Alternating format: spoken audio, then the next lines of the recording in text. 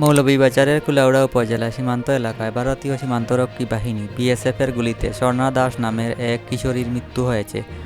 গত রবিবার রাতে উপজেলার শরীয়তপুর ইউনিয়নের লালাচরক সীমান্ত এলাকায় এ ঘটনা ঘটে। পরে তার লাশ বিএসএফ নিয়ে গেছে বলে জানা গেছে।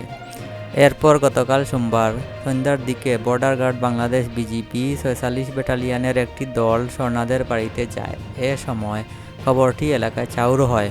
সে স্থানীয় নিরুদ বিহারী উচ্চ বিদ্যালয়ে অষ্টম শ্রেণীর শিক্ষার্থী ছিল। পরে বাবা পরেন্দ্র দাস ও মা সঞ্জিতা রানী দাস জানান তাদের 4 ছেলে ও মেয়ে রয়েছে। এক ছেলে দীর্ঘদিন ধরে ভারতের ত্রিপুরায় থাকেন। ছেলেকে দেখতে সঞ্চিতা ছোট মেয়ে স্বর্ণাকে সঙ্গে নিয়ে গত রবিবার রাতে স্থানীয় 2 দালালের সহযোগিতায় লালাচরক সীমান্ত দিয়ে চুরাই পথে ভারতে যাওয়ার চেষ্টা চালান। এ সময় রাত 9টার দিকে ভারতের কাঁটাতারের বেড়ার কাছে পৌঁছালে বিএসএফ তাদের লক্ষ্য করে এলোপাতাড়ি গুলি চালায়।